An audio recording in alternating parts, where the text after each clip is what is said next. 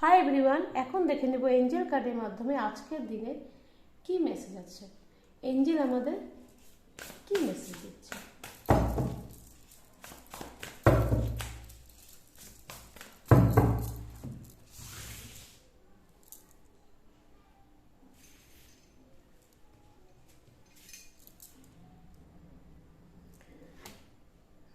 দেখো, এঞ্জেল বলছে তুমি কিন্তু নেগেটিভের দিকে তাকাবা না। নেগেটিভ তোমার কাছে আসবেই। তোমাকে কিন্তু সেই নেগেটিভিটি, সেই ইমোশনকে পার করে কিন্তু ওপার যেতে হবে। তুমি যদি সবসময় চিন্তা করো যে এটা আমার সাথে কেন হচ্ছে বা এটা নেগেটিভটা কেন হচ্ছে, তাহলে কিন্তু হবে না। তোমাকে নেগেটিভটা একদম দেখতে হবে না। যখনই তুমি তোমার নেগেটিভিটি আর ইমোশনকে পার করে যেতে পারবা, সেখানে কিন্তু তোমার জন্য অনেক ভালো কিন্তু একটা সময় আছে। তো